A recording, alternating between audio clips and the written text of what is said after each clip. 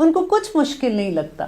لیکن الا الذین ھدی اللہ، مگر ان کے لیے نہیں تھا جن کو اللہ نے ہدایت دے دی تھی. وما، اور نہیں کانا تھا اللہ لیضیع ایمانکم، کہ وہ ضائع کرتا تمہارے ایمان کو.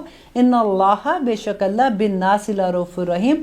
اب کیا ہوا تھا کہ جب قبلہ چینج ہو رہا تھا تو اللہ سبحانہ تعالیٰ بتا رہے کہ اب یہ کویسچن کریں گے، کیونکہ اہل کتاب کہیں گے یہ پہلے وہ قبلے کی طرف تھے، اب یہ قبلے کی طرف ہے، ذرا یہ تو پوچھو ان سے جا کے کہ کیا جو پہلے قبلے کی طرف نماز پڑھتے تھے تو ان کی قبول ہوں گی کہ نہیں، وہ ضائع ہو جائیں گی. اس کا جواب بھی اللہ سبحانہ تعالیٰ نے پہلے سے دے دیا کہ اللہ ضائع نہیں کرے گا. یہاں پہ ایمانکم جو ہے نا، یہ صلاۃ کے لیے ہے کہ اللہ تمہاری نمازوں کو، تمہاری عبادات کو قبول ضائع نہیں کرے گا. بے شک اللہ سبحانہ تعالیٰ تو بہت شفیق ہے، بہت رحیم ہے.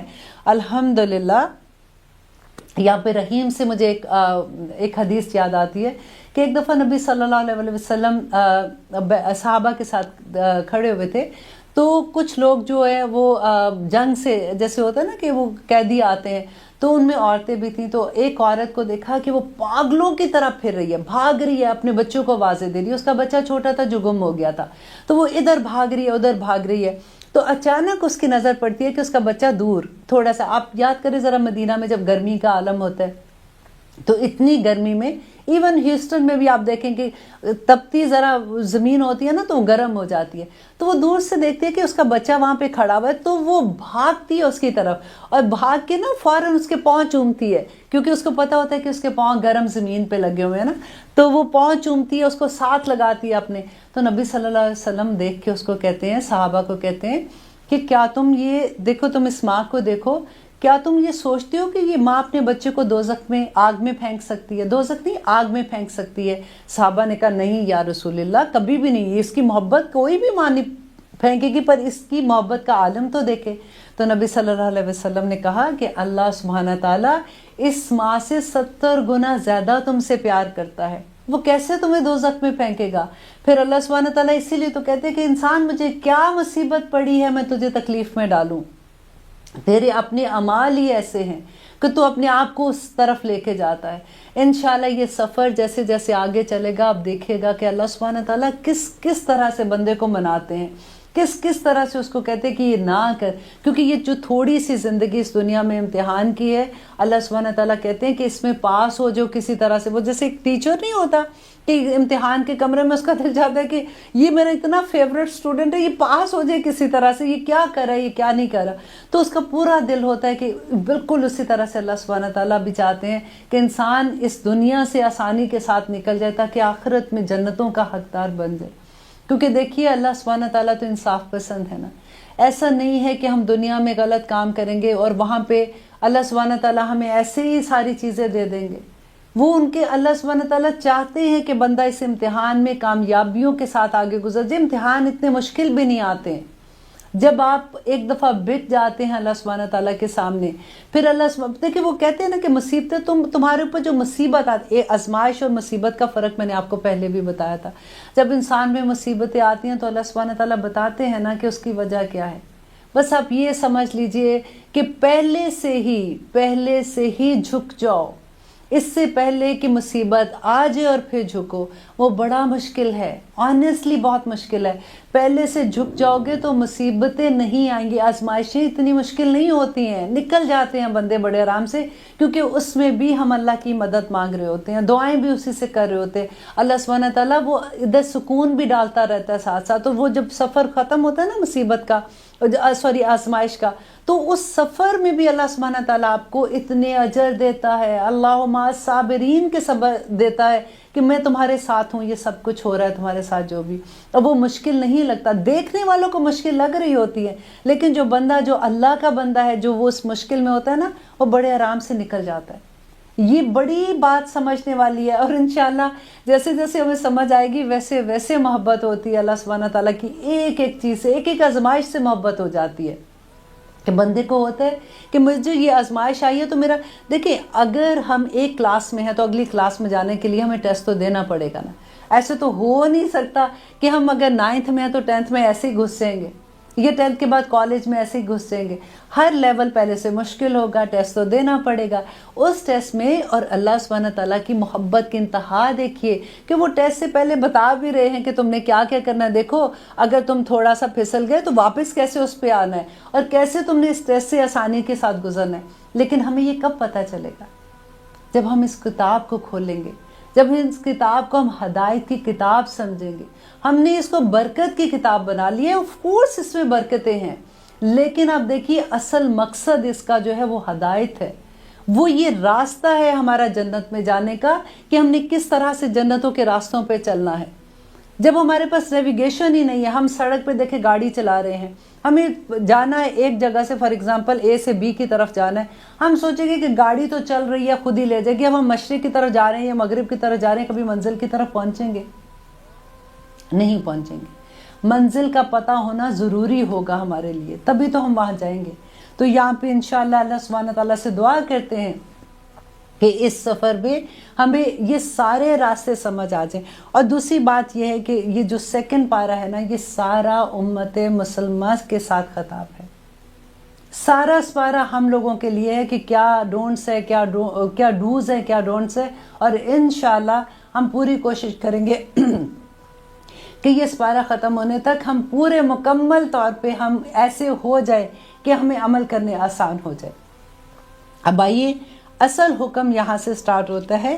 قد بے شک نارا ہم دیکھ رہے ہیں, تقلبا, تقلبا کہتے ہیں بار بار اٹھنا. یہ اس کے اندر جو آتا ہے نا لام کے اوپر تشدید ہے, اس کی وجہ بھی یہ ہوتی ہے شروع میں تا اور پھر تشدید سے بار بار اٹھنا. وجہ کا, آپ کا چہرہ, فی السمائی, آسمان کی طرف. یہ بڑا خوبصورت بات لگتی ہے. اور پھر اگلا جو جملہ ہے نا, فَلَنُوَلِّيَنَّكَ, تو بلا شبہ ضرور پھیر دیں گے. شروع میں کیا آ رہا ہے کہ اللہ سبحانہ تعالیٰ کہہ رہے ہیں کہ ہم تمہارا بار بار تمہارا چہرہ آسمان کی طرف اٹھتا دیکھ رہے ہیں. دیکھیے نبی صلی اللہ علیہ وسلم نے 16 سے 17 مہینے تک یہ دعا کی تھی. اب ہم جیسے لوگ یہ سمجھتے ہیں کہ آج دعا کی, ایک ہفتہ ہو گیا, ایک مہینہ ہو گیا, دعا نہیں پوری ہو رہی. یہاں پہ نبی صلی اللہ علیہ وسلم کی دعا دیکھیے کہ 16 سے 17 مہینے اللہ سبحانہ تعالیٰ کہہ رہے ہیں کہ ہم دیکھ رہے تھے تمہارا چہرہ بار بار اٹھنا آسمان کی طرف. تو اتنی محبت سے, جیسے ماں نہیں کہتی کہ اچھا میں نے سن لیا میں کر دوں گی, تو کہہ رہے ہیں فَلَنُوَلِّيَنَّكَ, تو بلا شبہ ضرور ہم پھیر دیں گے آپ کو قبلتن, قبلہ ترضاہا, جس کو آپ پسند کرتے ہیں. فولی, تو پھیر لیجیے. اب یہ دیکھیے یہ حکم آ گیا, فولی, تو پھیر لیجیے, وجہ کا, اپنے چہرے کو, شطر المسجد الحرام, کہ مسجد حرام کی طرف. اب یہ جو دیکھیں وجہ کا واحد کے لیے آتا ہے, یہ نبی صلی اللہ علیہ وسلم کو کہا جا رہا ہے. اور آگے کہہ رہے ہیں وحیثو, اور جہاں بھی, ما کنتم, ہو تم, فولو, اب یہ ساروں کو حکم دیا جا رہا ہے, فولو, تو تم سب پھر لو, وجوہکم, اپنے چہروں کو, شطرہو, اس کی طرف. کس کی طرف؟ خانہ کعبہ کی طرف, مسجد حرام کی طرف. اب یہاں پہ دیکھیے کہ اللہ سبحانہ تعالیٰ کہہ رہے ہیں, یہاں تک پہلے میں آپ کو اس کی ڈیٹیل تھوڑی سی بتا دوں کہ نبی صلی اللہ علیہ وسلم بار بار دیکھتے ہیں اللہ کی طرف کہ اللہ سبحانہ تعالیٰ ابھی وہی بھیج دیجئے, ابھی آپ کا پیغام آ جائے. دیکھیں یہ نہیں ہوا کہ نبی صلی اللہ علیہ وسلم نے خود سے کر لیا, رائٹ. تو وہ انتظار کیا, دل چاہتا تھا, اور یہی دعا بھی مانگ رہے تھے, اور ان کو یہ پتہ بھی تھا کہ آخری نبی کا قبلہ جو ہے وہ خانہ کعبہ ہی ہوگا, تو اس لیے وہ بار بار دعا بھی مانگتے تھے, ان کا بڑا دل تھا. لیکن وہ انتظار کر رہے ہیں, 16-17 مہینے انتظار کیا. تو اللہ سبحانہ تعالیٰ کہہ رہے ہیں کہ ہم پھیر دیں گے آپ کا چہرہ اس طرف, آپ کا قبلہ کر دیں گے جہاں پہ آپ چاہتے ہیں. تو پھر اللہ سبحانہ تعالیٰ ان کو حکم دے رہے ہیں کہ اپنا چہرہ پھیر لیجئے, وجہ کا, شطر المسجد الحرام, مسجد حرام کی طرف. حیثو ما کنتم, کہ تم جہاں کہیں بھی ہو, فولو وجوہکم شطرہ, تو پھر صحابہ کو بھی حکم دیتے ہیں کہ اب تم بھی اپنا چہرہ اس طرف کر لو. اب دیکھیے کہ جب یہ حکم آتا ہے, حدیث سے ہمیں ملتا ہے کہ نبی صلی اللہ علیہ وسلم ایک صحابی کے گھر میں تھے, اور اب وہی آ جاتی ہے. اب یہ ظہر کی نماز کے 4 فرض پڑھ رہے ہیں, اب 2 فرض پڑھ لیے تو وہی آتی ہے, تو تیسرا بھی کھڑے ہیں, تیسرے فرض میں ہیں ابھی. تو اسی وقت آپ دیکھیے امام کہاں پہ ہوتا ہے, امام سامنے ہوتا ہے, پھر اس کے بعد آگے اس کے پیچھے نماز پڑھنے والے آدمی ہوتے ہیں, اس کے بعد پیچھے عورت کی صف ہوتی ہے، اسی طرح ہوتا ہے نا. تو اب جب یہ حکم آتا ہے تو نبی صلی اللہ علیہ وسلم کیا اپنا چہرہ ایسے تھا تو ایسے تو نہیں کریں گے نا. اب پورا، کیونکہ یہاں پہ اگر وہ نماز پڑھ رہے ہیں اور سامنے ان کے وہ ہے بیت المقدس ہے، تو اب ان کو پورا پھر کے واپس جانا پڑے گا خانہ کعبہ کی طرف. تو نماز کی حالت میں وہ پورا پھرتے ہیں اور پورے مقتدی بھی ان کے پیچھے پھر رہے ہیں، اور عورتوں کی صف تو سب سے پیچھے تھی. اب وہ واپس وہاں پہ صف پہ جاتے ہیں تو کس طرح سے خاموشی کے ساتھ لوگوں نے اتباع کی. یہ اتنی خوبصورت آیت ہے جس کی حد نہیں. آپ دیکھیے کہ یہ تو نہیں ہوا کہ نبی صلی اللہ علیہ وسلم نے کہا کہ چلو جی میں تو اب نماز کی حالت میں، حکم تو آ گیا ہے، ابھی میں اپنی نماز پوری کر لوں، یہ میں بعد میں اگلی نماز سے پڑھوں گا تو انشاءاللہ اس وقت میں اس کی طرف کروں گا. نہیں کیا نا. جس وقت حکم آیا اسی وقت سمینا و اطانا ہو گیا. تم جہاں کہیں بھی ہو تو اپنا چہرہ اس کی طرف موڑ لو. وَإِنَّا، اور بے شک الَّذِينَ، وہ لوگ جو اوتو دیے گئے، الکتابہ، کتاب کون سی کتاب تھی؟ یہ توراہ کی بات ہو رہی ہے. لِيَعْلَمُونَ، وہ یقیناً وہ سب جانتے ہیں، اَنَّهُ، بے شک وہ، الحق کو، کہ وہ حق ہے، من ربہم، ان کے رب کی طرف سے. یہاں پہ یہ بتایا جا رہا ہے، اللہ سبحانہ تعالیٰ کہتے ہیں کہ یہ اہل کتاب، یہ جو کویسچن تم سے کر رہے ہیں نا کہ کس چیز نے ان کو پھیر دیا قبلے سے، ان کی تو کتاب میں یہ لکھا ہوا تھا، وہ اچھے سے یہ بات جانتے ہیں. اب دیکھیں ہمارے جیسے ہمیں کوئی کہتا ہے تو ہم کہتے ہیں بھئی ہمیں کیا پتہ ہے تورات میں یہ تھا کہ نہیں. لیکن مسلمان جو ہے وہ جس کو اللہ پہ یقین ہے، ہمیں پکا یقین ہے کہ یہ تورات میں ہے. کیوں یقین ہے؟ کیونکہ اللہ سبحانہ تعالیٰ نے قرآن میں یہ بات حق بیان کر دی ہے کہ ان کی کتابوں میں یہ لکھا ہوا تھا کہ یہ انہ الحق من ربہم، کہ یہ ان کے رب کی طرف سے حق ہے، اور جو ان کو کتاب میں دے گئے تھے وہ اچھے سے یہ جانتے تھے. وَمَا اللَّهُ، اور اللہ بِغَافِلٍ، وَمَا اللَّهُ، اور نہیں ہے اللہ بِغَافِلٍ، غافل، اما اسے، تعملون، جو تم کرتے ہو، کہ تمہاری کتابوں میں یہ لکھا ہوا تھا اور اس کے باوجود اگر تم چھپاتے ہو تو تمہارا کیا خیال ہے کہ اللہ سبحانہ تعالیٰ کو نہیں پتا؟ قیامت کے دن ایک ایک چیز کھل کے سامنے آ جائے گی. اللہ سبحانہ تعالیٰ جو کچھ تم عمل کر رہے ہو وہ سب دیکھ رہا ہے.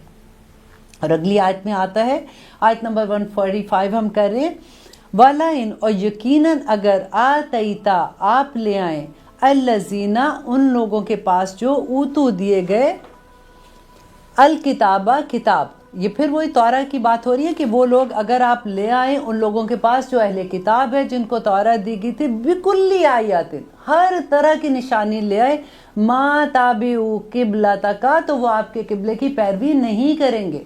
آپ نے وہ پڑھا نا کہ یا ایھا الکافرون لا اعبد ما تعبدون، یہ بالکل اگر وہ والی آیت آپ پڑھیں گے تو آپ کو اندازہ ہو جائے گا کہ کس طرح سے اللہ سبحانہ تعالیٰ، ایگزیکٹلی وہ تفسیر ہے بیسیکلی اس آیت کی، کہ اللہ سبحانہ تعالیٰ کہہ رہے ہیں کہ آپ بکلی آیات، ہر طرح کی نشانی بھی لے آئیں گے، انہوں نے کوئی نہیں ماننا آپ کے قبلے کی طرف. وما انت، اور نہیں تھے آپ، بتابعین، پیروی کرنے والے، قبلتہم، ان کے قبلے کی، وما بعدہم، اور نہیں تھے بعد، بتابعین، پیروی کرنے والے، قبلتا، قبلے کی بات کے. یہ جو ہے نا وما بعدہم بتابعین قبلتا بعد، اس کے بارے میں آپ کو تھوڑا سا بتا دوں کہ اللہ سبحانہ تعالیٰ کہہ رہے ہیں کہ یہ جو، کیونکہ ان کا قبلہ تو ایک ہی تھا، یروشلم میں تھا، اور یہ جو پیروی کر رہے تھے اپنے بیت المقدس کی، لیکن اللہ سبحانہ تعالیٰ کہہ رہے ہیں کہ یہ جو اہل کتاب ہے نا، یہ بھی، ان کا بھی قبلہ ایک نہیں ہے، کیونکہ یہ ایک ہی ڈائریکشن میں تو اس کو بیت المقدس کو فالو کرتے ہیں، لیکن ایک جو یہودی ہے وہ مغربی حصے کی طرف، ویسٹ کی طرف کرتے ہیں، اور جو نصرانی ہیں جو وہ مشرق کی طرف، ایسٹ کی طرف رخ کرتے ہیں. وہ ایک ہی جگہ میں ایک مشرق اور مغرب کی طرف اپنا رخ کرتے ہیں. اگر تم ان کی باتوں میں آ بھی جاؤ گے، اگر تم ان کو خوش بھی کرنا چاہو گے کہ ٹھیک ہے شاید یہ اس طرح سے مسلمان ہو جائے، میں ان کی کوئی بات مان لیتا ہوں، تو اللہ سبحانہ تعالیٰ کہہ رہے ہیں کہ وہ تو خود ہی اپنے قبلے پہ ایک نہیں ہے. تم ایک ہی گروہ کو خوش کر سکو گے، دوسرے نے تو پھر بھی نہیں ماننا. لیکن اگلی آیت آپ دیکھیے، اللہ سبحانہ تعالیٰ، اتنا مجھے ڈر لگتا ہے ایسی آیات پڑھ کے کہ نبی صلی اللہ علیہ وسلم سے کہہ رہے ہیں وَلَئِن، غور سے سنیے گا، وَلَئِن، اور یقیناً اگر، وَلَئِنِ اتَّبَعْتَ، اگر آپ نے پیروی کی، اَہْوَاءَہُم، ان کی خواہشات کی، مِن بَعْدِ مَا جَاءَکَ، اس کے بعد کہ آ گیا، جاءک، آپ کے پاس، من العلم، علم، کون سا علم آیا تھا؟ وحی کا علم تھا، قرآن تھا نا، قرآن پاک آ گیا تھا، علم آ گیا تھا. انکا، تو بے شک آپ، اذن، تب، لامن الظالمین، تو آپ ظالموں میں سے ہو جائیں گے. یہ کس کو کہہ رہے ہیں؟ اللہ اکبر، معاذ اللہ، نبی صلی اللہ علیہ وسلم کو اللہ سبحانہ تعالیٰ یہاں پہ کہہ رہے ہیں کہ اگر آپ نے ان کی خواہشات کی پیروی کی، آپ کو یاد ہے پہلے اس بارے میں جو ہم نے پڑھا تھا کہ اگر آپ نے ان کی ملت کی پیروی کی تو تب بھی اللہ سبحانہ تعالیٰ نے کتنے غصے سے بات کی تھی. تو یہاں پہ بھی دیکھیے وہی بات، وہ ملت کی بھی وہی بات تھی نا. اب یہاں پہ بھی احواہم، ان کی خواہشات کی، ان کے جو ان کا یہ کہ ہماری یہ بات آپ مان لیں تو ہم آپ کی یہ مان لیں گے. نہیں، کوئی بات نہیں. دیکھیں نبی صلی اللہ علیہ وسلم جب مدینہ میں آئے تھے تو حضرت عائشہ ان کی مانگ نکالی تھی، سے سائڈ پہ مانگ نکال رہی، کیونکہ شروع سے مکہ سے وہ ویسے ہی نکالتی تھی. تو ہوا کیا کہ جب وہ مانگ نکالنے لگی تو حضور صلی اللہ علیہ وسلم نے حضرت عائشہ کو کہا کہ عائشہ میری مانگ مڈل میں نکالو. تو انہوں نے کہا کہ وہ کیوں؟ تو انہوں نے کہا کہ اس لیے کہ اہل کتاب یہاں پہ یہودی جو ہیں وہ اپنی مانگ سائڈ پہ نکالتے، تو میں ان کی پیروی، پیروی نہیں، میں ان کی طرح سے ان کو فالو نہیں کرنا چاہتا، میں ان کی طرح سے لگنا نہیں چاہتا. کتنی بڑی بات ہے. آج ہم دیکھیں کہ ہم کس طرح سے احواہم میں خوش ہیں کہ ہم تو سر سے پاؤں تک ہی ہمیں کوئی فکر نہیں ہوتی کہ ہم کیا کریں کیا نہیں کریں. یہاں پہ ابھی رائٹ نو اب ہم نئے ہیں، ہمارا سیکنڈ پارا ہے. میں کئی دفعہ کوئی ایسی بات کر جاتی ہوں، پھر میں یہ کہتی ہوں کہ ابھی میرے اسٹوڈنٹ بہت نئے ہیں ان چیزوں کے لیے، وہ کہیں گھبرا نہ جائے ان باتوں سے. لیکن آنیسٹلی یہ آیتیں جو ہے نا آپ خود ہی ان کو پڑھ کے دیکھیے اور پھر اس پہ تدبر کیجئے. آپ کو کسی ٹیچر کی ضرورت نہیں، آپ کو خود ہی سے سمجھ آ جائے گی کہ وہ اللہ سبحانہ تعالیٰ جو نبی صلی اللہ علیہ وسلم کے تھرو اپنی امت کو یہ پیغام دے رہے ہیں کہ تم ان کی خواہشوں کی پیروی کرو گے تو پھر تم ظالموں میں سے ہو جاؤ گے. اللہ اکبر. چلیے جب آگے پڑھتے ہیں آیت نمبر 146. الذین، وہ لوگ جو آتیناہم الکتاب، وہ لوگ جن کو دی ہم نے کتاب، یعرفونہ، وہ پہچانتے تھے اس کو. کس کو پہچانتے تھے؟ نمبر 1 نبی صلی اللہ علیہ وسلم کو پہچانتے تھے، وہ قرآن کو پہچانتے تھے، وہ قبلے کی ڈائریکشن چینج ہونے کی وجہ بھی پہچانتے تھے. تو کما یعرفون ابناہم، جیسا کہ وہ پہچانتے تھے اپنے بیٹوں کو. وَإِنَّ، اور بے شک، فریقاً، ایک گروہ، منہم، ان میں سے، لَيَكْتُمُونَ، یقیناً وہ سب چھپاتے ہیں، الحق کو، حق کو، وَهُمْ يَعْلَمُونَ، اور وہ سب جانتے ہیں. دیکھیں اللہ سبحانہ تعالیٰ کھل کے ایک چیز ان کی ظاہر کر رہے ہیں یہاں پہ کہ دیکھیے وہ اس طرح سے نبی صلی اللہ علیہ وسلم کو اور حق کو جانتے ہیں جس طرح سے وہ اپنے بیٹوں کو. یہ ایک محاورہ تھا، جیسے وہاں پہ مکہ میں عربی لوگ یوز کرتے تھے، تو وہ کہتے کہ اتنا ان کو یقین تھا کہ یہ سب سچ ہے، لیکن مانتے کیوں نہیں تھے؟ اپنی ضد کی وجہ سے. اور آیا تھا پہلے اس بارے میں، آپ نے پڑھا تھا نا، تو ان کی ضد کی وجہ سے وہ نہیں مانتے تھے، حالانکہ ان کو یہ پتا تھا یہ سچ ہے. دیکھیے پھر آ جاتا ہے الحق من ربک، کہ حق جو ہے وہ تمہارے رب کی طرف سے ہے. فلا، پس نہ، تکونن، تم ہو جانا، من الممترین، شک کرنے والوں میں سے. یہ کس کو کہا جا رہا ہے؟ یہ پھر دیکھیے کتنا مشکل ہے کہ نبی صلی اللہ علیہ وسلم کو اللہ سبحانہ تعالیٰ کہہ رہے ہیں کہ حق، سچی بات تمہارے رب کی طرف سے ہے، تم شک کرنے والوں میں سے نہ ہو جانا.